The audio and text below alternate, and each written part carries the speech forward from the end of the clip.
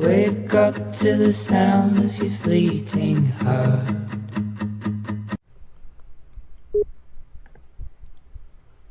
E aí, professor? Beleza, Rafa? Como é que você tá? Tranquilo, tirando os trabalhos da faculdade, eu tô tranquilo. Normal. Faz parte. Deixa eu perguntar, que ano você tá na faculdade? Então, tô no quinto, mas demora Legal. só 4, já tô naquele jeito especial de computação, tô um pouquinho Já, já, atrasado. já tá na hora extra já, né? É, mas um dia eu formo, tô formando já. Sensacional. Bora lá então, vamos lá. Vamos falar com a Então, galera. você tem um programa já, né, na internet, o Codecast, que eu vou indicar pro pessoal que ainda não ouviu no meu canal. Sim. Mas além disso tudo, eu também acompanho o seu vídeo, os seus canais, meu Deus, os seus canais de comunicação como o YouTube e o Facebook, Isso. né? Então eu sigo você desde que você apareceu numa palestra lá na nossa faculdade. Você deu a palestra de abertura, né, do evento da Semana de Informática. E Foi. foi sensacional, todo mundo ficou super empolgado com a sua palestra e com o seu slogan, vamos programar, cada um ficou se sentindo assim, de uma forma bem especial, tipo, foi sensacional, foi o que o evento precisava, foi um empurrão que, assim, emocional que a gente precisava, você é muito alegre, transmite isso muito bem e foi sensacional o evento e o seu minicurso também, todo mundo elogiou. Pô, eu fico muito feliz, Rafa, porque assim, na verdade, o que que eu. Bom, primeiro eu tenho que agradecer o Matias, né, que era, até antes de sair para o doutorado dele, era então coordenador do curso lá da UESC, né, ele que me convidou pela primeira vez para ir lá, e eu fiquei muito, muito contente, porque assim, por que que eu pego tanto nessa questão da programação, né? Eu gosto de fazer um pequeno paralelo com outras áreas. Pô, você ser um cara da computação e você falar, a pessoa, né, que se forma em computação e diz que não gosta de programar, cara, pra mim é como um médico que não gosta de, usar o bisturi. É como um médico que tem pavor a sangue. Então, assim, é a nossa ferramenta de trabalho, é o que consegue nos diferenciar dos outros profissionais, é o que agrega efetivamente valor a tudo aquilo que a gente faz. Pô, pode ser uma profissão mal valorizada, pode. Tem todas as grandes questões filosóficas, humanísticas, etc, envolvidas aí. Mas eu acho que a primeira coisa que a gente tem que olhar para o nosso interior quando a gente fala, eu quero ir para a computação, ok, eu gosto, eu acho interessante construir ferramentas para os outros usarem. E eu tô vendo que falta muito esse brilho no olho da galera quando eles se veem na frente de uma ferramenta de desenvolvimento e fala, cara, a partir daqui eu posso mudar a vida de uma pessoa ou eu posso mudar a maneira como uma organização funciona. Só basta isso. Você está na frente do computador e você fala, cara, vou fazer uma solução. Isso acho que é a computação, uma das poucas áreas que lhe permite fazer isso de casa. Isso é que é o mais fantástico. Poxa, que legal, professor, porque assim, você sabe que eu tenho um canal no YouTube também, e o que o Sim. pessoal mais me pergunta é justamente isso, qual é a essência de cada curso? O que que você vai fazer quando você terminar o seu curso? O que que você tem, né, que ter o brilho no olho quando você pensa na ciência da computação? Sim, E isso vai mapear muita gente, essa conversa que a gente está tendo. E sim, é até uma pergunta que eu queria fazer antes da gente começar, que é para esclarecer para o pessoal que vai ver nos nossas redes aí, no nosso SoundCloud, né? Aham. Quem é Francisco Isidro Macedo? Além desse professor, palestrante maravilhoso, É isso, pô. o que mais que você é? Você é programador também? Então, vamos lá. Eu venho de uma geração que acho que teve o primeiro contato com os computadores digitais quando eles se tornaram pessoais. Então, assim, hoje, nós estamos em 2015. Tá, eu tô com 35, 36 anos. Muda todo ano, né? Então tem que ficar fazendo as contas. Eu tô com 36 anos. O primeiro contato que eu tive com computador foi lá na minha cidade, lá em Jaú. Minha mãe trabalhava numa escola que eles tinham montado, e a escola montou um cursinho, esses tipos cursos livres, tal, chamava-se Informatec. É tipo Microcamp hoje. E Lá tinha, meu, CP300, nem sei se a galera vai se lembrar. A gente programava aquilo lá em Basic. Meu Deus. E assim, era a minha quarta série. E eu lembro que eu queria fazer isso já na quarta série. E o coordenador do curso de computação lá falou: ó, você só pode a partir da quinta série. Cara, eu contava nos dedos os dias para começar a quinta série. Eu me matriculei no colégio. Cara, no dia seguinte eu falei: quero fazer um curso de computação. E aquela coisa de falar: caramba, meu, eu consigo mexer nessa máquina, eu consigo dar comando, ele me responde. Isso para mim foi fundamental. Daquele dia em diante eu falei: cara, é isso que eu quero.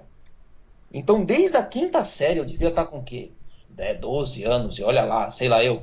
Por aí, eu já sabia o que eu queria da minha vida. E aí eu falei: tá, cheguei no colegial, não era nem ensino médio na época, né? Era colegial. Falei: ok, o que eu posso fazer? Qual é o curso que vai me dar maior condição de ser um estudioso de computação? Porque na época havia as seguintes possibilidades: ciência da computação, que aí eu tinha as opções USP São Carlos, Federal de São Carlos, as universidades particulares. Análise de sistemas, que hoje a maior proximidade é o sistemas de informação. Tinha tecnólogos em processamento de dados e tinha engenharia da computação. E aí eu comecei a querer saber sobre os quatro, perdão. E aí eu vi as diferenças entre eles. Falei: bom, o engenheiro da computação é um cara que vai ter uma carga de hardware mais forte, mas ele tem que ter meio que aquela ideia do integrador. É o cara que vai buscar ter uma visão sistêmica de tudo, porque ele é um engenheiro, antes de mais nada, e vai usar a computação para poder integrar diferentes áreas: mecânica, eletrônica, a própria computação, automação, tudo isso. Então seria um cara mais voltado para automação. Falei: não sei. Tinha um analista de sistemas, que era o cara que estava mais preocupado com o business, que hoje é o cara de sistemas de informação, e usava a computação, opa, caiu um negócio aqui, vamos dizer assim, como uma ferramenta auxiliar, caso ele precisasse fazer alguma coisa nova. Falei: tá, eu acho pouco. Tinha o tecnólogo em processamento de dados, que era um curso que não era um bacharelado, não me dava uma carga horária densa, e eu queria um negócio. Falei: quero estudar, caramba, eu quero saber esse negócio, meu, desde a hora que liga na tomada até a hora que sai o software rodando. Eu queria fazer isso. E aí, ciência da computação. E aí todo mundo falou: ah, mas a carga de matemática em ciência da computação é muito alta. Ótimo! Ótimo, porque eu vou aprender a pensar. Matemática vai me abrir a cabeça. Matemática vai me dar a solução de problemas. É assim que eu penso também, viu, professor? Minhas matérias preferidas foram cálculo, a galera fica achando que eu tô tirando onda, mas eu acho que pensar de uma forma matemática facilita muito sua vida. Quando você traz a lógica pro dia a dia, você vê que tem muitas coisas que podem ser melhoradas com besteira. E até matérias que estão totalmente alheias à lógica. Pô, estuda geografia, vamos supor. Aí você vai falar: o que se planta? Cara, a região norte é uma região que tem essa característica. Ok, então vai nascer esse tipo de vegetação lá. É lógica. Você não vai querer plantar araucária no Nordeste. Por quê? Porque a araucária depende de um clima que só tem na região sul do Brasil. Então, ok, é lógica. Se a araucária depende do frio, então no Nordeste, logo, né? Nordeste, não araucária. Mesma coisa o cacau. O cacau depende do calor, logo, sul do país não tem cacau. É lógica. Uhum. Pois é, então acho que realmente facilita a nossa vida e eu acho isso sensacional, maravilhoso. Então, e aí, beleza. Falei: vou fazer ciência da computação. Como não aprendi a lição direito, falei: vou fazer mestrado. Aí fiz mestrado, fiz computação na Federal de São Carlos, né, de 96 a 99. Em 2000 eu ingressei no mestrado, já fui direto. E aí, falei: ok, fiz o mestrado até junho de 2002, né, foram 2 anos e meio praticamente, e já emendei o doutorado aqui na Poli, na USP. E aí foi quando eu me mudei direto para São Paulo. Falei: vim aqui para estudar. Em 2002 eu iniciei o doutorado, 2000 já comecei a dar aula também, mas eu era um professor, eu sempre peguei matérias de programação, sempre programação.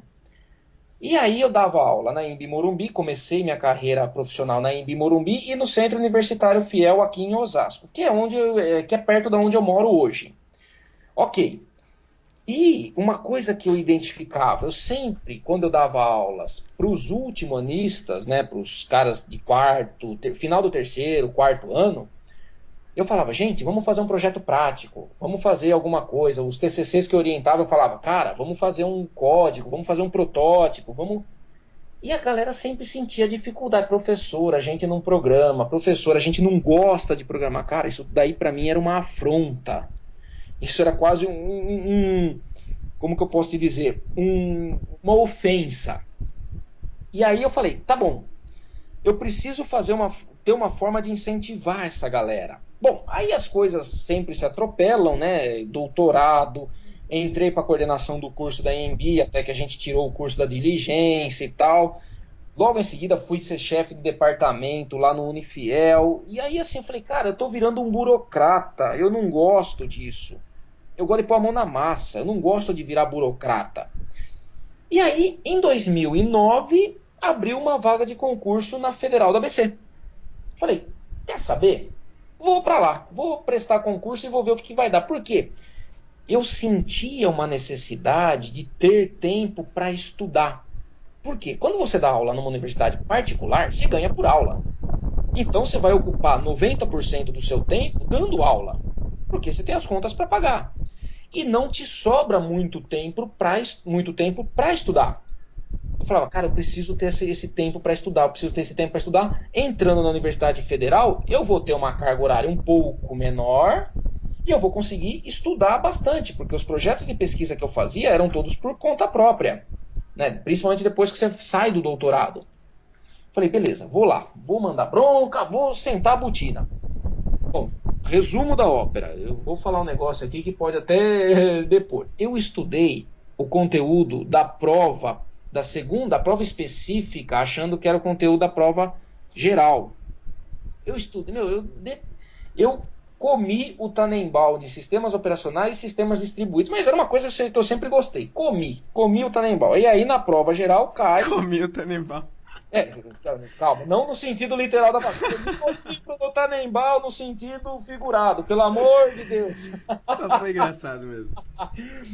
Não edita não, deixa lá. Bom, comi o conteúdo disponível nos livros do Tannenbaum. Pronto, ok, agora fica mais... Ficou melhor. E aí, na prova geral, caiu orientação a objeto, análise de algoritmos e estruturas de dados. Eu falei, putz, mas não era isso que eu tinha estudado. Aí depois que passou, eu fui ver o edital. Falei, nossa, eu inverti as coisas, eu estudei o específico pro geral. Mas ok, e orientação a objeto é uma coisa que eu sempre adorei, estrutura de dados sempre adorei, análise de algoritmos sempre adorei. Vamos pras cabeças, bicho, vamos fazer prova, não tenho medo. E aí passei, fui contratado e tal. E o que é o bacana? Na Universidade Federal eu estava muito preso às pesquisas. Vou continuar meu projeto do doutorado, que querendo ou não você fica um pouco bitolado. E eu falei, não cara, dá para fazer mais. E o grande divisor de águas, por incrível que pareça, foi o período de greve de 2012. Por que isso? Tá, Rafa, se eu me estender, você por favor me corta, tá? Que nada, hoje. Então, a gente não tem limite de tempo não. Então, beleza. Aí, o grande divisor de águas foi o seguinte. Em 2012, eu sempre queria participar da Campus, mas eu não conhecia a Campus, né? Nunca tinha participado efetivamente, porque nos períodos que a Campus ocorria, eu dava aula, então não conseguia conciliar. E aí, num período de greve, os alunos me procuraram, o pessoal do DCE, inclusive, e uma aluna minha, a Ana, que me indicou, falou assim, professor, você não quer dar um workshop de Android pra gente? Porque assim, a gente tá aqui na greve, não tá acontecendo nada, pelo menos uma oportunidade da galera aprender alguma coisa. Eu falei, claro que vou, claro que faço, vou lá. Pediram pra pessoa certa, né? E assim, você... eu fiquei extremamente lisonjeado com isso, porque eu falei, cara, tem tanto cara bom aqui, e os caras vieram me pedir. E também depois tem até uma questão, às vezes, professor é um bicho meio estranho, né, cara? Tem o fator aí, vaidade aí, que às vezes mais atrapalha do que ajuda. Mas ok. Aí beleza, nessa brincadeira, a gente tinha feito uma organização e foram acho que 80 pessoas no workshop. Caramba. Muito legal. Tudo bem, era gratuito, etc. Mas eu vi que eu falei, cara, essa galera precisa disso. E eu tô vendo que esse negócio da greve aí tá sendo mais uma coisa de uma pressão besta por, sei lá, tudo bem, tem as razões de ser, eu não quero discutir esse mérito agora, mas assim, caramba, meu, a gente tem uma galera aqui que tá afim de aprender, tá afim de fazer as coisas acontecerem, e de repente você fala, não tem oportunidade. Falei, vamos tentar ver se a gente consegue colocar essa galera pra, vamos dizer assim, se incentivar a programar. E aí, de repente, eu comecei a falar, cara, vamos começar a fazer essa galera partir pra cima e vamos programar, vamos programar, vamos programar. E sem querer, eu no dia desse workshop eu postei lá, vamos programar. E eu vi que o negócio pegou. Falei, pô, pode se tornar uma marca, pode se tornar um projeto. Ô, professor, é engraçado que até uma coisa que eu ia conversar sobre você. Eu tava programado aqui já pra falar sobre esse seu slogan, né? Vamos programar, que você tanto falou na nossa palestra e todo mundo ficou na cabeça depois. Quem é Francisco Isidro? Ah, o cara do Vamos Programar, o cara dos jogos. Depois a gente vai entrar na questão dos jogos, mas primeiro vamos programar mesmo. Então, porque assim, qual que é a essência, né, do computeiro? Para falar português, claro, né, não do baixar, né, a ciência da computação é muito formal. O do computeiro, cara, é programar. É programar. Tudo que a gente consegue fazer, a gente só é capaz de fazer porque a gente senta a bunda na cadeira e programa. E eu percebia muito, principalmente na galera da universidade particular, que tinha assim, o TCC era em grupo, beleza. Aí o que acontecia? O grupo era de 4 pessoas, eu falava, sempre tem um cara no grupo que é o do controle remoto, o outro membro do grupo é o cara da cerveja, da Coca-Cola e da pipoca, a pessoa que não gosta de programar e geralmente é o que fica de escanteio, fica com a parte de documentação, e um cara que faz. Falei, esse é o perfil básico de um grupo de TCC dos lugares que eu trabalhei. Falei, pô, podemos mais, né? Podemos mais. Acho que dá pra gente almejar um pouco mais. E eu sempre falo, cara, programa, faz um protótipo, porque é a única maneira de você, às vezes, provar se a sua ideia é viável ou não. E muita gente que, às vezes, pede soluções pra gente, não tem muita noção do que é desenvolver um sistema. E é difícil. E exige, tem que ser valorizado. E é complicado. E às vezes cai naqueles casos, mas o fulano de tal fez um curso técnico livre lá e não sei o que, ele faz a mesma coisa que você. Ok, compra do cara, a hora que der pau você liga pra mim. E vai dar pau. Não sei se 2 em 3 meses, mas ok, vai dar pau. Então assim, programar é a nossa alma, programar é a nossa vida, programar é a nossa essência. Se você é um cara de ciência da computação e você não gosta de programar, desculpa, velho, você tá na profissão errada. Você é um médico que não suporta ver sangue. Beleza.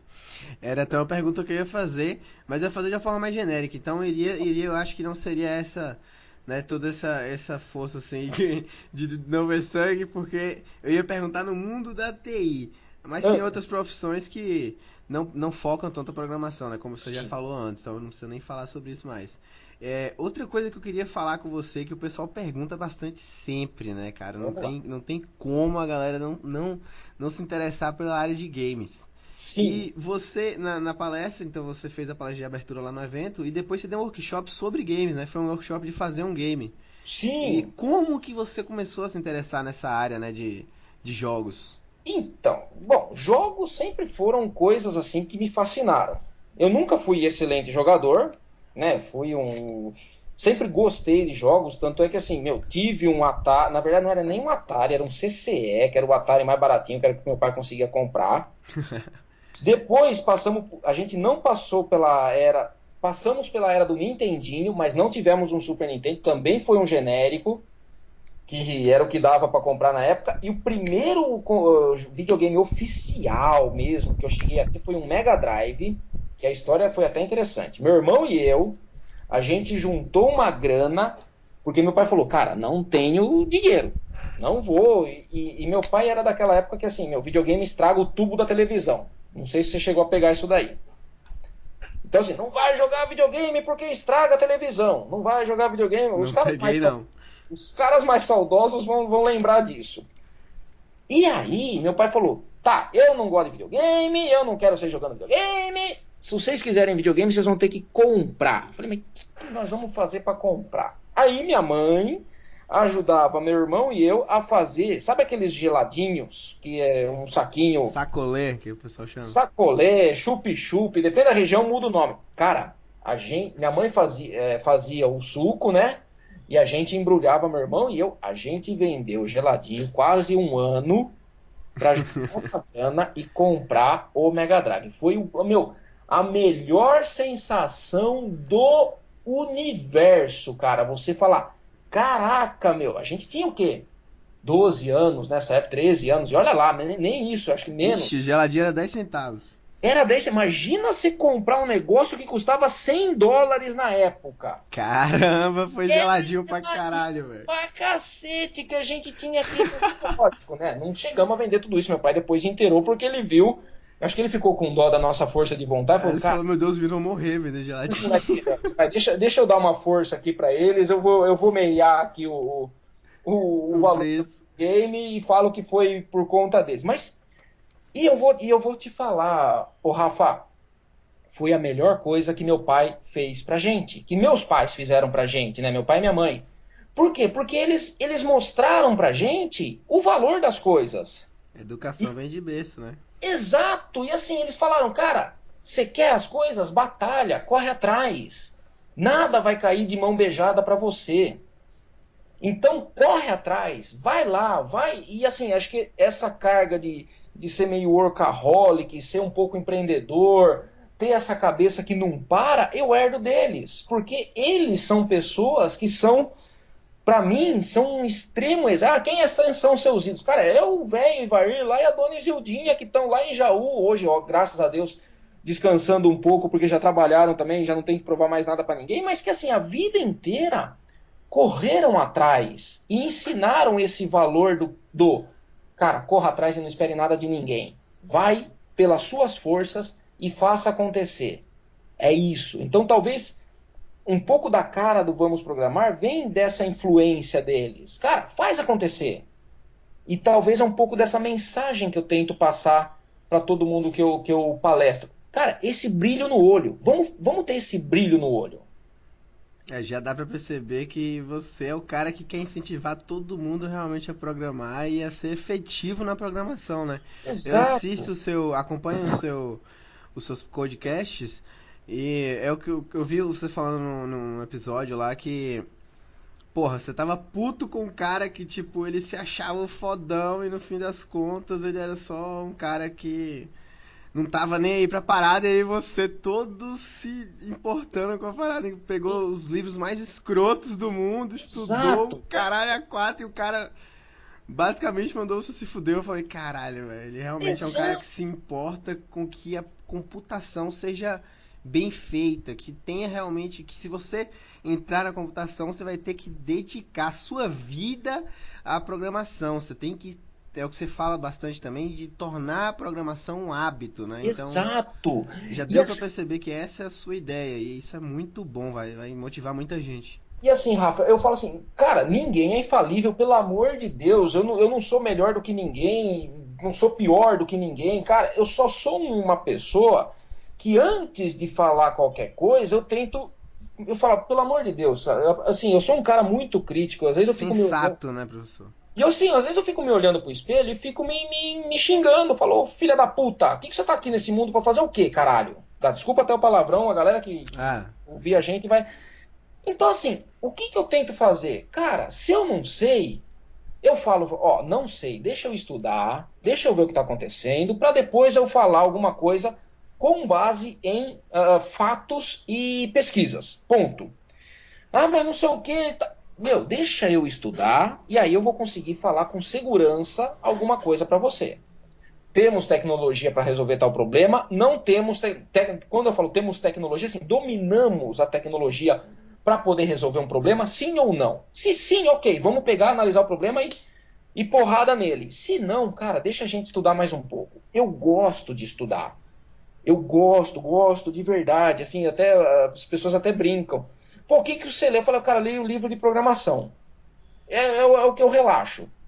Então, assim, minha esposa lê de tudo, lê romance, lê ficção, lê um monte de coisa. Cara, eu leio livro técnico. Eu tenho até um livro que eu tô com ele emprestado de um aluno meu, cara, Developing Artificial Intelligence for Games. Tá? Eu tô com ele aqui do meu lado. Caramba, meu, eu leio esse cara antes de dormir. Eu falo, meu, isso aqui é uma sina, não é possível. Não é só um hábito, cara. Eu devo ter alguma maldição no bom sentido que me. Porque eu gosto, eu acho legal. E aí eu fico olhando. Eu sempre durmo com um bloquinho de anotações na cabeceira, cara. Sempre. Porque as melhores ideias aparecem quando eu estou dormindo. Às vezes eu sonho com a solução, aconteceu muito isso no meu mestrado, sonhar com a solução, e vambora. Aí eu pego, anoto rapidinho lá, volto a dormir e no outro dia eu testo. Você até quando tá dormindo tá computando. Cara, é foda, vamos falar por foda, meu, mas é legal, caramba! E ver que hoje a gente tem tanta ferramenta, tanta coisa legal acontecendo, tantas possibilidades. Meu, hoje você pode automatizar sua casa inteira com uma plaquinha que não custa nem R$ 50. Isso é do cacete. A gente, 10 anos atrás, não tinha nem ideia que isso poderia existir. Eu fico impressionado com o gap que a tecnologia cria no espaço-tempo. É incrível. Tipo, Pois você fala é. 10 anos atrás, você nem consegue imaginar. Smartphone, que era a gente sem smartphone, cara? Então, o E, a- mundo muda demais em muito pouco e tempo, hoje, cara. assim, a última coisa que a gente faz com o smartphone é falar. É verdade, é um computadorzinho de mão, não tem jeito. Exato. E assim, meu, se você parar para analisar das atividades que você faz no seu smartphone, falar com alguém é a última. Falar, ligar, digitar O telefone é o de menos, né? a função telefone do seu smartphone, cara, é a última que você está usando. Você faz tudo com ele, menos falar. É verdade. Bom, e aí voltando à questão dos games, né, pra gente não perder o fio da meada. É verdade, a gente fugiu Ok. um pouco dos Bom, assuntos. Vamos lá. então beleza. Voltando, sempre gostei, sempre quis saber. E aí, o primeiro jogo que eu tentei fazer com os amigos meus foi no primeiro ano de faculdade. Entrei, é lógico, entra querendo fazer jogo. Com certeza. Vamos fazer jogo, não sei o que. Eu já tinha feito, no terceiro colegial, eu tinha feito curso de Clipper, BBase 3, Fox Pro, tudo voltado para programação. Eu não fiz um curso de Core, eu não gostei.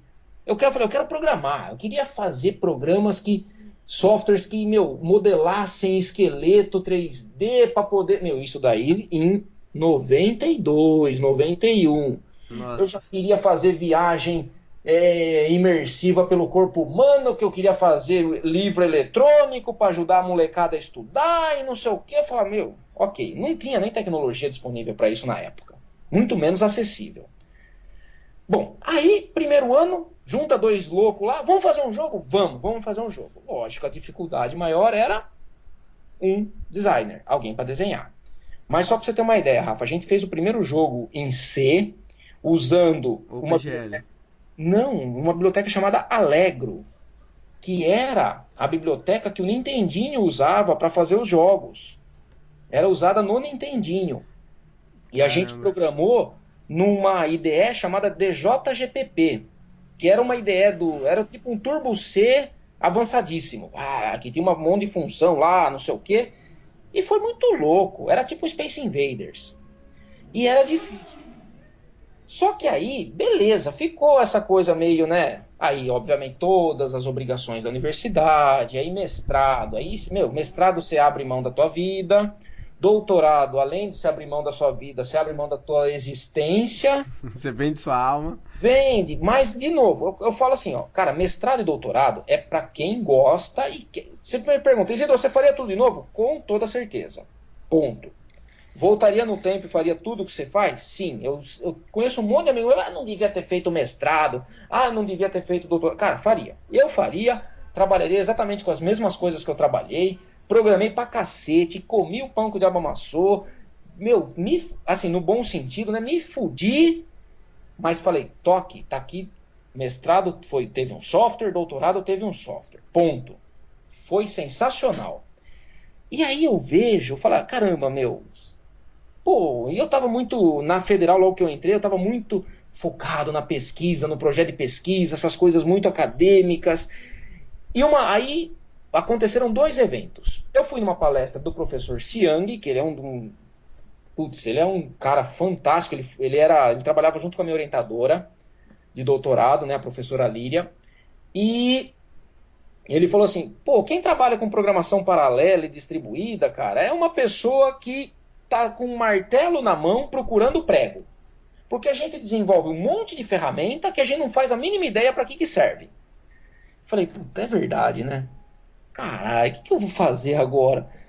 Eu falei, puta, isso ao mesmo tempo me anima e me desanima, porque eu falo, eu posso fazer um monte de coisa legal que eu não sei nem quem vai usar, eu não vou modificar a vida de ninguém. E aí, depois desse workshop, na greve de 2012, o Danilo, meu aluno, me indicou para ir para campus, né, para palestrar, porque ele assistiu esse workshop, ele falou, cara, esse cara é bacana, hein, meu? Aí ele me indicou como um palestrante, porque ele trabalhava na Futura Networks, que era a empresa que era até então a empresa que organizava campus. Ainda é também. Ainda é? Assim. E aí ele falou, cara, vai lá. E eu fui, e achei o negócio, porque foi o primeiro ano que eu consegui ir na campus. Que ano foi? 2002? 2013. Ah, ouvi 2012. 2006. Primeira palestra que eu dei. Cara, e foi sensacional. É um mundo mágico. Eu falei, agora eu consigo viver isso. E aí, 2014, isso.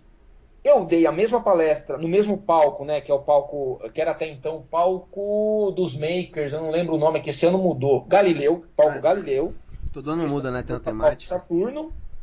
E o Moacir, que é da AC Games, me convidou, falou, Isidro, caramba, você fica incentivando a molecada a programar jogos, não sei o que, vem palestrar aqui. Que foi uma modificação daquela palestra que eu dei no Sinforme de 2013. Falei, eu vou usar a mesma palestra, vou colocar mais coisa e vou fazer essa galera perceber como é legal programar e como é foda programar jogo. E por que o jogo, efetivamente? Porque é um dos softwares mais difíceis do se programar. E aí eu sempre falo, por que jogo? Porque jogo é mais foda. E é mais divertido, lógico, é mais legal. Você fala, cara, fiz um jogo. Dá outro ar. Ou você vai falar, cara, fiz um sistema de estoque. Fiz um sistema pra farmácia, que legal. Assim, não tem a mesma pegada. Não desmerecendo, todos os sistemas são muito... Não, só tirando onda mesmo. Mas assim, você vai mostrar pro seu brother, cara, vem ver com o sistema de folha de pagamento que eu fiz. Ou vem ver o jogo que eu fiz. É muito mais legal. Você enche mais o peito pra falar, né? Você apresenta o seu jogo com mais orgulho. E aí eu falei, jogo é difícil. Por quê? Porque envolve muito conhecimento que 90% dos nossos softwares comerciais que a gente vai fatalmente fazer não envolvem. Lógico, eles envolvem outros aspectos. Tá? Por exemplo, se eu for falar em um portal, cara, eu vou ter que ter uma arquitetura de software muito, muito bem definida. Banco de dados, cara, eu vou ter que tratar com conceitos que até então eu não vejo na universidade, tipo bancos não relacionais. Eu vou ter que quebrar a regra de normalização de banco. Ok, mas assim, jogo, você está a todo momento sendo testado. E por que eu falo, não use Game Engine, faça a sua Game Engine? Porque se você for dependente de ferramentas de terceiro, você nunca vai sair do lugar. Você sempre vai estar dependente de alguém. Ah, mas e se esse cara não tem? Cara, paciência. Aconteceu até essa semana uma coisa muito legal. Eu fiz uma pseudo-engine, né, nas minhas andanças, inclusive aquele curso de games para Android lá na UESC foi uma prévia dessa Game Engine, né? Mas aí eu comecei a ver outros frameworks, e um deles chama-se libgdx, que eu particularmente me apaixonei. Não é uma engine, é um framework, né, um negócio um pouco menor. E aí, assim, eu falei, pô, que legal, vamos ver o que acontece. Beleza, comecei a usar, achei bacana, porque ela não te entrega tudo, muita coisa você tem que acabar fazendo na mão. Vou te dar um exemplo. Imagina o seguinte, um jogo em terceira pessoa. Quase um FPS, mas em terceira pessoa, tipo um Battlefield. Como é que você faz a câmera que acompanha o carinha? Na Unity, você vai lá, põe o carinha, põe a câmera e fala, câmera fixa no carinha. Você setou meia dúzia de propriedades, está tudo certo. Na libgdx você não tem. Por quê? Porque aí você fala, caramba, eu tenho que fazer o código para reposicionar a câmera. O movimento da câmera, seguiu. Ah, entendi. Aí a câmera vai andando conforme o personagem vai andando. Tem que aí, botar a mão na massa, que é o que você gosta, né? Exatamente. E a hora que eu tenho que rotacionar o cara, aí eu vou ter que resgatar todos os senos e cossenos que eu abandonei lá no colegial. Tem que resgatar. Então tem que fazer. Tá bom. Aí, beleza. Fiz. Achei do cacete. Eu falei, vou fazer um componente, né? Chasing camera, câmera perseguidora. Falei, legal, vou deixar isso aqui. E isso aqui vira mais um componentezinho do meu framework. Ah, mas e o tiro? Ah, o tiro é outro componente. A colisão dele baseada no raio do personagem é outro componente. E assim eu vou criando a minha caixinha de ferramentas. Eu uso uma parte para poder fazer a carga dos modelos 3D, porque também eu não vou ficar comendo capim, fazendo parsing de arquivos. Mas essa semana aconteceu um negócio interessante. Para quem modela, tem uma ferramenta chamada Maya. Né? Tem o Blender, tem o 3D Studio, tem o SketchUp, e tem o ZBrush e tem o Maya. E olha uma coisa interessante. O Maya gerava um determinado parâmetro lá no arquivo 3D do modelo. E o importador do modelo 3D do libgdx, não. Ele importava, ele fazia um monte de coisa legal, mas na hora de desenhar, ele não desenhava. Eu falava, que cacete que está acontecendo aqui? Vira não sei o que, investiga. Eu falei, quer saber? Deixa eu abrir esse cacho desse arquivo FBX aqui para ver o que está acontecendo. Eu vou gerar um cubo e vou abrir esse arquivo FBX. O importer não lia um parâmetro que estava escrito no arquivo lib do FBX que o Maya gerava. Aí, o fato dele não ler esse parâmetro, ele gerava um fator de transparência 100%. Falei, filho da puta, então deixa eu tentar mudar esse negócio aqui para transparência 50%. Tá, lotou. Qual que é a grande lição que eu aprendi de tudo isso? Se eu fosse um cara 100% dependente da biblioteca, eu falava, cara, não consigo modelar no Maya e jogar aqui no libgdx. Eu tive que olhar o arquivo, eu tive que olhar como que o importador trabalhava, ver o código que estava sendo feito, ver a tag que ele deixava de ler e falava, é esse o cara que eu preciso mexer. Você destrinchou a parada toda. Foi do caminho, eu dava pulo aqui em casa. Acho que minha esposa deve ter falado, pronto, agora que ele surtou de vez, né? Doidou, filho. Aí eu mandei um e-mail pros caras, porque eu tenho contato com eles. Eu falei, gente, tá acontecendo isso, isso, isso. Eu gerei no Maya, tá dando pau, não sei o quê. Mas eu acho que é esse parâmetro. O cara falou, é isso, um cara tinha, uma outra pessoa também tinha avisado isso, a gente gerou um novo build do importador. Você não quer testar? Na mosca. Falei, caramba, que... Sabe essa satisfação de você falar, meu, dei 1 centavo de contribuição para fazer um negócio legal? 1 centavo, tá muito ótimo. Boa, né? Essa... Isso não tem preço, Rafa. E eu falo, só quem cultiva essa veia é que consegue fazer. Isso é muito legal. Poxa, então... É um negócio que a gente até conversou antes, né? Que é o que a gente precisa mais no mercado e no nosso meio da TI mesmo, em geral, de pessoas que se importem com a essência e não só estão ali para ganhar dinheiro, tipo assim. Exato. Isso é meio nojento, né? Então, eu até teve uma vez que eu não sei quem... eu tava lá em Goiás, né? Numa palestra parecida com essa na PUC de Goiânia. E aí um menino veio e me perguntou, mas Isidro, dá para ganhar dinheiro com jogos? Falei, se você está preocupado em ir para a área de jogos só por dinheiro, você vai me desculpar, você está na área errada. Você tem que ir para o mercado financeiro, você tem que trabalhar na bolsa de valores. É lá que está o dinheiro. Se você... TI gera muito dinheiro. Cara, dinheiro, se você quiser ir atrás de dinheiro, vá no mercado financeiro, vai operar na bolsa. Você ganha muito dinheiro. E ganha mesmo.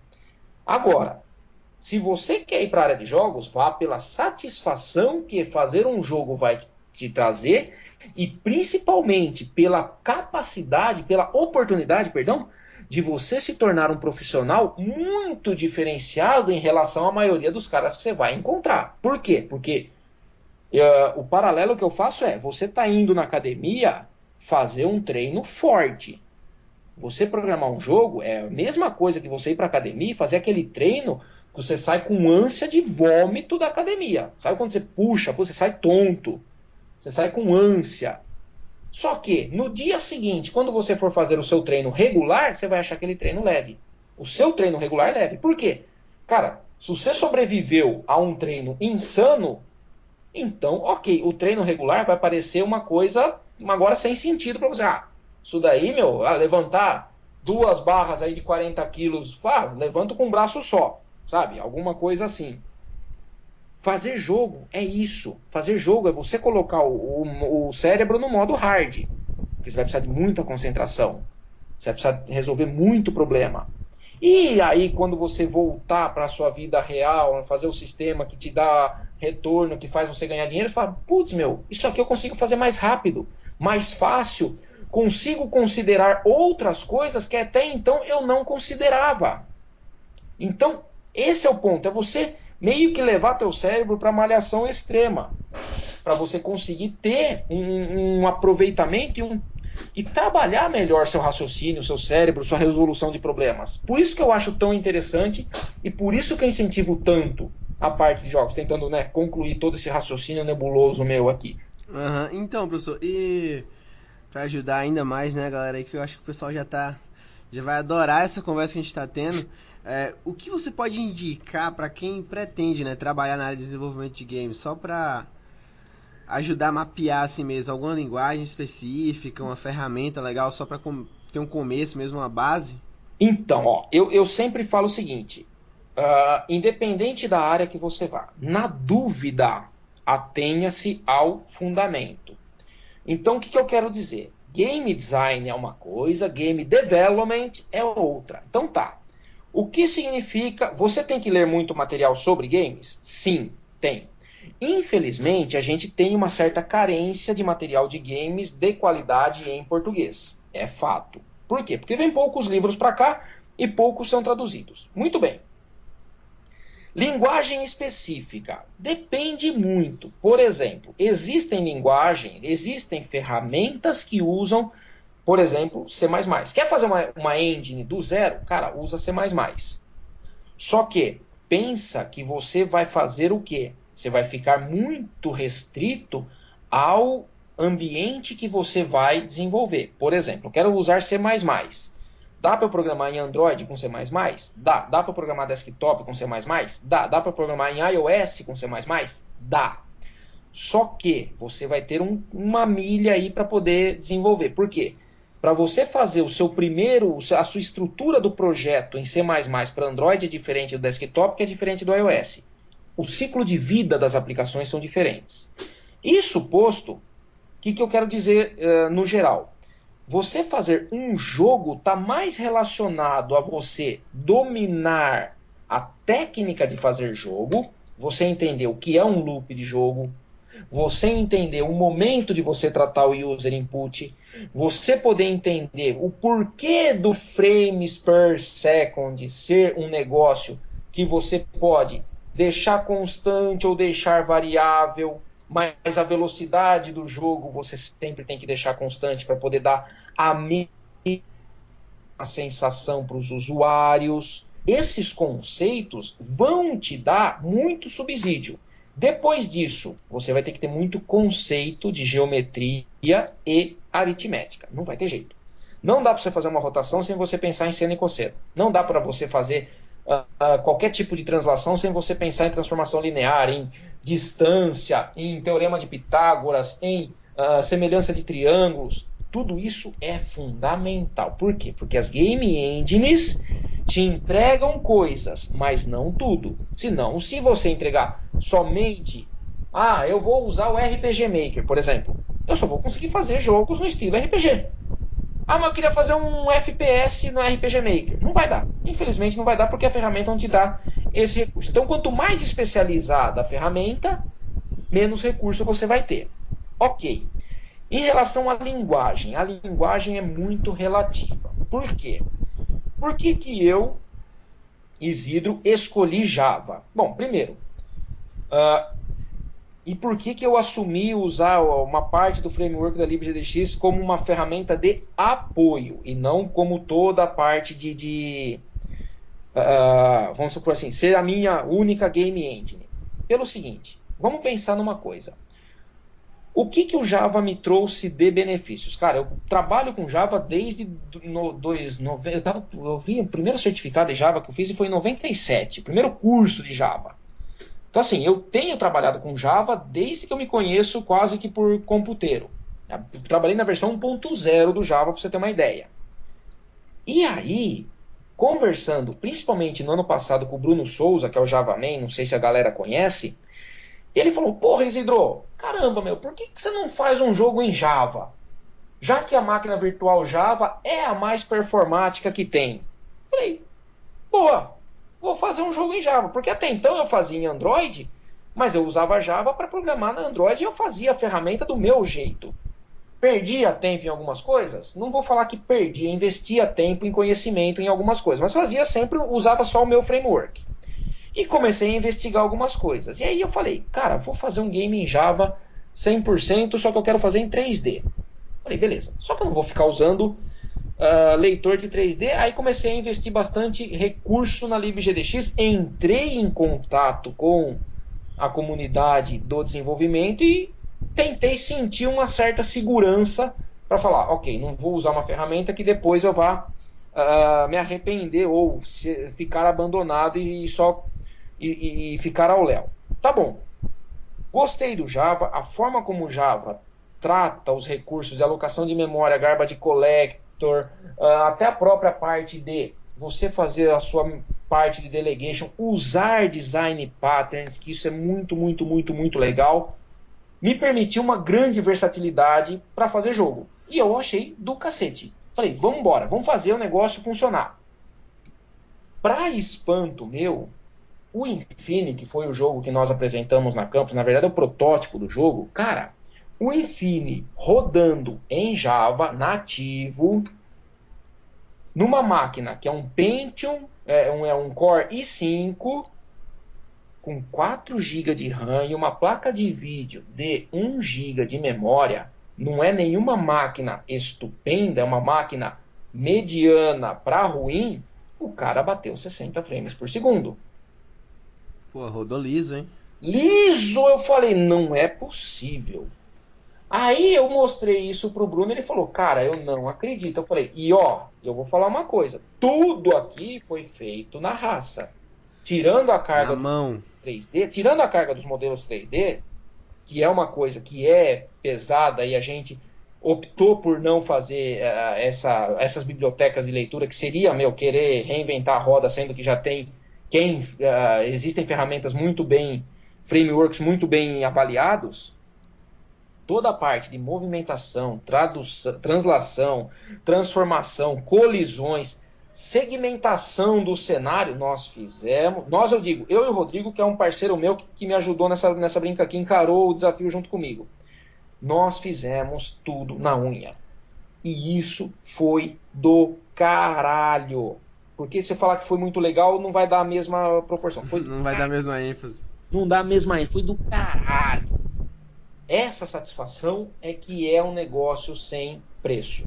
Não dá pra falar quanto vale o Infine. Cara, não me paga, ou o que você tiver de dinheiro não vai ser suficiente, mas assim, é muito louco. É muito gratificante você poder fazer isso. E aí eu falei, cara, precisamos começar a fazer essa galera tentar, no mínimo, ter essa mesma, vamos dizer assim, essa mesma vontade, né? Porque o que eu percebi, eu fiz o Flappy Bird, foi em 2013, a série do Flappy Bird de 2013. Pô, foi do cacete, perdão, 2014, início de 2014. Foi do cacete gravar o Flappy Bird. Fazer ele do zero, falar de modelagem UML, falar dos conceitos matemáticos, falar de todo o ciclo de vida de um aplicativo Android. Foi do caramba. Mas às vezes eu vejo que para muita gente é um conteúdo ainda denso.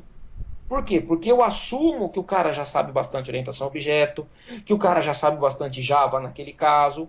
Então, assim, acaba se tornando um conteúdo denso. Então, às vezes eu vejo que algumas webséries que eu tento fazer, principalmente essa questão do Flappy Bird, teve pontos muito positivos, de pessoas que falavam, assisti todos os 5 episódios e consegui fazer meu jogo. Caralho, sensacional. Ou teve outros que falaram, professor, isso daqui não é pra mim. Aí eu fico meio broxa. Eu falo, caramba, será que eu assustei a pessoa falando muito de código? Mas às vezes eu falo, mas não tem outro jeito. Então, professor, é até bom você dar esse choque, porque o pessoal às vezes é muito inocente com relação a isso, né? Pensa assim, porra, game é foda pra caralho, mas fazer um game é um negócio complexo pra cacete, tem muita parte, velho. Só a parte de áudio também, além da parte visual que você tá citando bastante, né? Então, não é uma coisa fácil de fazer, tipo... E é bom pra dar esse choque mesmo de realidade na galera e saber que se você for fazer o game, você vai ter que ser mais foda do que quem só desenvolve, assim, sem querer desmerecer. Não, muito pelo contrário. Mas, assim, e às vezes eu vejo muita gente comprando ilusão. Porque, assim, cara, não vamos citar nomes, mas a gente sabe que existem escolas que falam que são escolas de games e, no fim das contas, elas não vendem o curso, quer dizer, elas vendem um curso de games, mas elas não entregam um curso de games. Elas entregam um curso de modelagem. E modelar 3D é muito diferente de modelar 3D para games. Por quê? Se você falar em modelar 3D, por exemplo, para cinema ou animação, cara, você vai fazer uma renderização. E fim de papo. Agora, então você pode carregar em shaders, carregar em polígonos, carregar no que você quiser. Cara, é tua veia artística que vai mandar. Agora, você fazer um negócio que seja ao mesmo tempo bonito e eficiente, velho, o bicho pega muito forte. Por quê? O seu personagem não vai poder ter 200 mil polígonos. O seu personagem não vai poder ter tantos pontos de animação. Por quê? Isso aí vai rodar no Android, cara, que primeiro ponto ele não vai nem carregar. Mas olha pra você ver quanto a gente tá falando de desenvolvimento e cada vez mais aparece mais coisa. Tem também essa parte de você ter que fazer o melhor com o menos possível. Você tem que preocupar mais com o desempenho do que com a qualidade, mas a qualidade tem que ser boa também, porque senão o cara não vai querer saber do jogo. Então é complexo demais, cara. E você atingir esse equilíbrio é muito foda, porque é difícil e não tem receita pronta, Rafa. Aí fala, mas a Unity ou a Unreal pega e carrega o modelo. Ok, mas, cara, quanto de capim os caras já não comeram para poder fazer esse negócio funcionar, para você hoje ficar falando que tá tudo aí?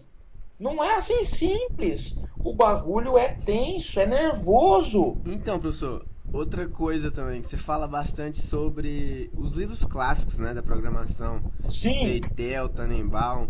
E tipo, já aproveitando o embalo do desenvolvimento de games, que a gente tá se estendendo bastante, até quase 1 hora.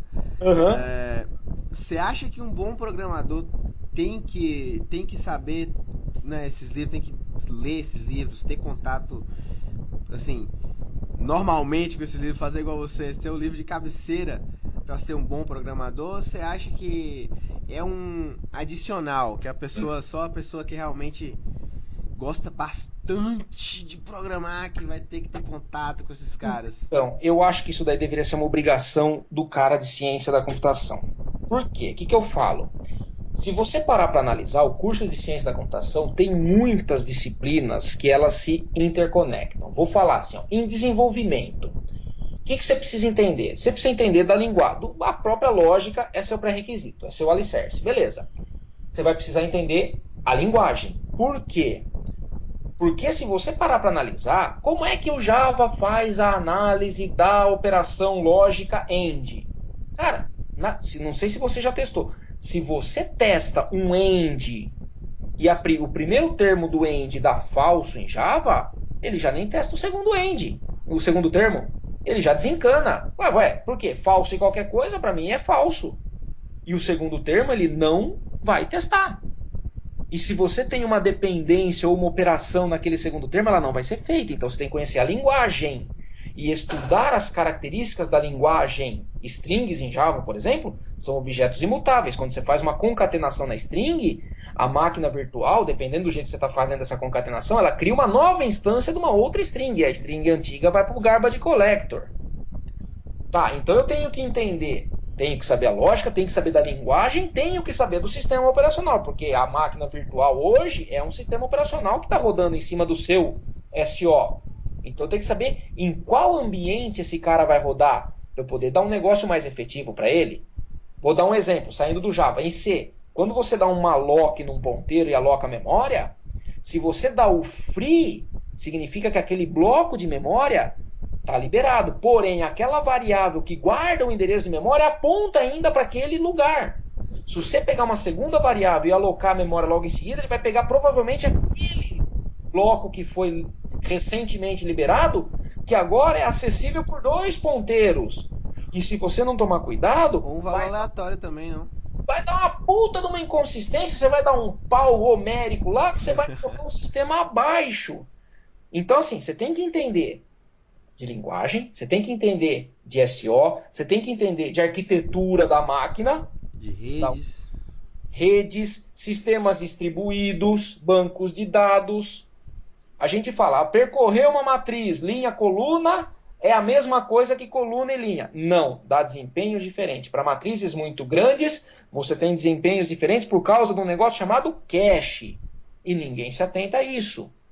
Então, o profundo conhecedor de programação tem que estudar isso e tem que começar a fazer essas conexões, que SO está conectado com compiladores, com máquinas de estado, com estruturas de dados, com lógica, com análise de algoritmos, com redes, com sistemas distribuídos. Meu Deus! Está tudo interconectado. Então, você tem que saber, querendo ou não, obviamente não todos os detalhes, mas você tem que saber todo esse ecossistema, vamos chamar assim, que compõe a ciência da computação, que é uma atividade pluridisciplinar, que é um curso extremamente denso, mas extremamente rico em conhecimento, riquíssimo em conhecimento. E é isso que às vezes a galera deixa escapar.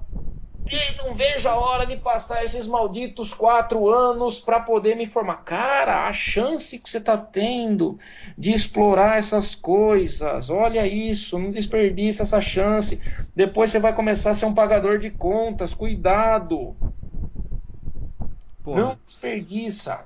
Então, acho que você ressaltou bem que o profissional de ciência da computação tá fudido. Ele tem que saber tudo na ponta da língua, porque é verdade, tá tudo conectado, não tem como negar, né? Você vê que uma coisa puxa a outra e vai puxando outra, vai puxando outra. E quanto mais coisa você quiser acrescentar no seu programa, mais coisa ele vai puxar. Então, exato. É um negócio que sem fim, né? É um ciclo sem fim. E assim, e esse ao mesmo tempo é o nosso karma, vamos pensar assim, né? E ao mesmo tempo aquilo que nos torna diferentes. Por quê? Porque o cara de computação, ele está, entre aspas, condenado a estudar pelo resto da vida. E isso tem que ser uma atividade que a gente olha e fala, que coisa do caralho, eu vou ter a chance de estudar pelo resto da vida, eu não vou parar. Meu cérebro vai estar em atividade até o dia que eu morrer. E eu vou te falar, Rafa, cara, se você me perguntar, Isidro, o que você quer fazer até o fim da sua vida? Cara, quero estar dando palestra, quero estar dando aula, quero estar fazendo sistema. Pronto, e quero estar fazendo jogo. Quero mesmo.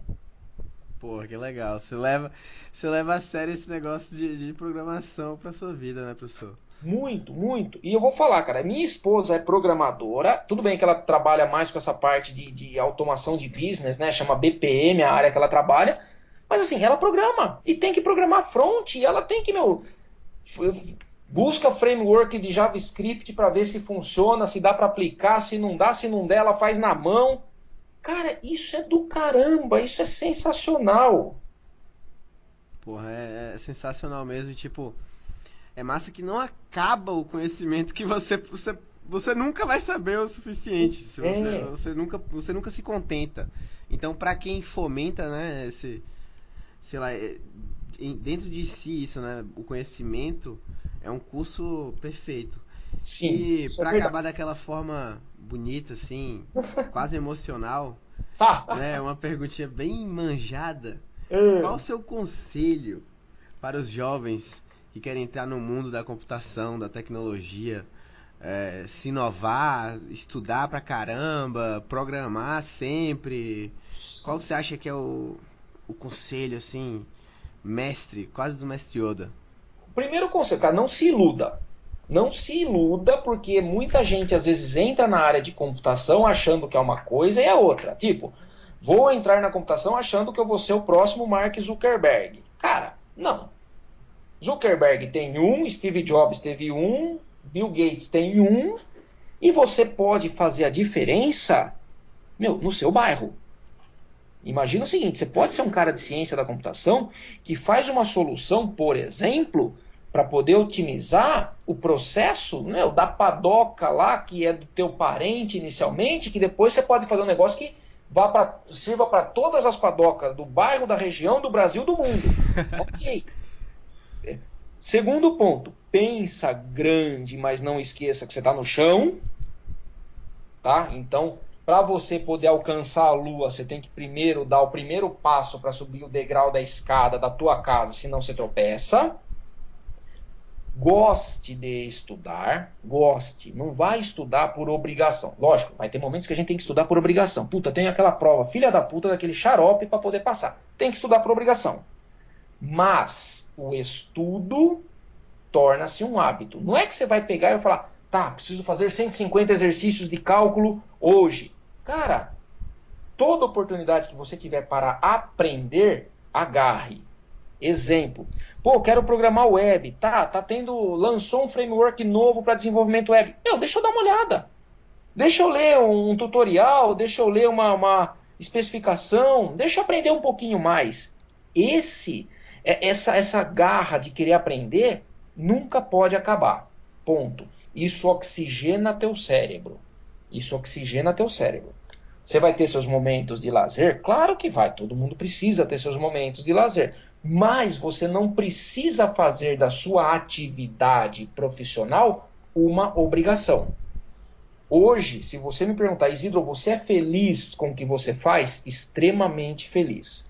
Por quê? Eu dou aula, eu consigo passar aquilo que eu sei ou os atalhos que eu aprendi para uma galera, e nas horas que eu tenho vagas, que começam a cada dia mais se tornar escassas, eu faço questão de aprender coisas novas. Porque eu acho que eu sempre posso incrementar o meu conhecimento e transformar esse conhecimento em conteúdo para passar para a galera. Então, assim, goste de estudar. Goste. Computação é fascinante. Então, não perca essa oportunidade de tornar a sua vida um negócio fascinante, uma vida fascinante, porque você pode fazer soluções para o seu filho, para o seu sobrinho, para a pessoa que está do seu lado, para uma pessoa que te contratar, para uma pessoa que não faz a mínima ideia que ela precisa de você, mas quando você apresenta uma solução para ela, ela precisa, e ela pode te remunerar e te agradecer o resto da vida por isso. Não que não vá ter seus percalços. Todas as profissões têm seus percalços, e às vezes nos podcasts eu costumo falar isso. Tem seus percalços. A profissão que não tiver percalços não é profissão. É lazer. É diversão, onde você só se diverte. Mentira. Tem apurrinhação, às vezes tem aluno que não entende o que eu falo, às vezes eu sou obrigado a dar bronca num aluno e o cara não aceita, e aí vira aquela rixa, né, aluno-professor, que eu acho também uma outra grande besteira, estamos todo mundo para construir o conhecimento, mas assim, cara, computação é um mundo sem fim. Sua cabeça jamais vai ser a mesma se você entrar em contato com a computação. Tenha certeza, isso é uma coisa que eu tenho certeza. Eu sempre sou uma pessoa diferente a partir do momento que eu estudo uma coisa nova em computação. Pô, que legal, professor. Mais uma vez, você sempre macetando aí. Vamos programar, gente. Vamos fazer soluções para o mundo. e fazer do mundo um lugar melhor com a computação e Com- incentivar as pessoas a estudarem e buscarem o conhecimento cada vez mais. Com certeza. Então, foi um prazer fazer esse diálogo aqui com você, esse podcast, né? Novo, sei lá como a gente vai chamar isso. É, a gente vai estar postando nas nossas redes aí e só isso mesmo, professor. Muito obrigado por ter atendido ao meu pedido, né? Imagina, Na Rafa. verdade, eu nem fiz um pedido, a gente como, né? Sei lá. Pois é, A gente bolou esse negócio. tinha que acontecer, isso que é o mais legal. Então, e espero que ajude muita gente, vai ajudar com certeza, porque você esclareceu muitas coisas que o pessoal sempre vem perguntando nos vídeos e vai ajudar a gente pra caralho, com certeza. Com certeza. E assim, Rafa, eu te dou os parabéns pela iniciativa que você tem, é sensacional. Agradeço de coração esse convite que a gente acabou se trombando. Eu falei, vamos fazer, vamos fazer. Eu não sabia que você tinha nem me citado no seu vídeo. Eu achei, fiquei de coração lisonjeado com isso. E assim, espero que esse papo seja o primeiro de muitos. E se a galera tiver mesmo vontade de querer aprender, cara, vamos marcar um hangout, vamos fazer a coisa acontecer pra gente poder dar aquilo que eu sempre falo. Vamos tentar dar o nosso centavo de contribuição para a vida das pessoas. Se a gente fizer isso, cara, missão cumprida. É isso que eu acho. É o que eu sempre falo com o pessoal que agradece os vídeos. Eu falo que eu que agradeço quando eles me agradecem, porque eu me sinto bem pra caralho quando eu vejo que ajudou alguém. E é o que eu tento fazer sempre e é o que você também vem fazendo sua vida inteira, professor. Então, obrigado por todas as pessoas que você já ensinou tanta coisa. Vou tentar dar esse obrigado aqui, né, por tanta gente. Você deve ter dado aula pra um pouquinho de gente já. E até a próxima. Vamos ver se a gente consegue Deus marcar quiser. esse hangout. Com certeza. E vamos programar. Vamos programar. Até mais. Valeu, um abraço.